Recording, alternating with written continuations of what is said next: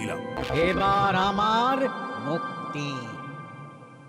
মুক্তি নেবার আগে আরেকটা প্রশ্ন, যে ডাকাত সর্দার তার সম্পত্তিকে রাখার জন্য আপনাকে যক্ষ বানিয়েছিল, এই সম্পত্তি তো তাদের, আমরা তো নিতে পারি না। লোভ বড় খারাপ গোপাল, অতিরিক্ত লোভ মানুষকে পশু করে দেয়। ওই ডাকাত দল এই সম্পত্তির জন্য সবাই কাটাকাটি করে মরে গেছে, কেউ আর বেঁচে নেই।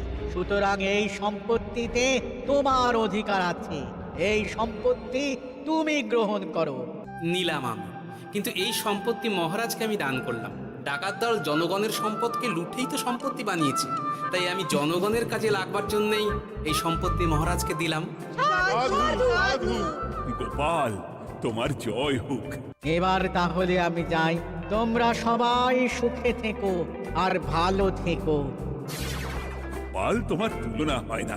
তোমার ঋণ আমি কোনোদিন শোধ করতে পারবো না।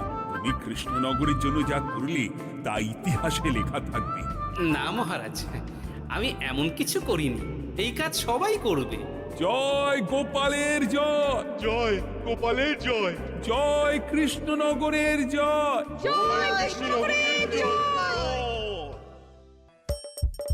হাসির রাজা, জ্ঞানের রাজা, রসিক রাজা গোপাল।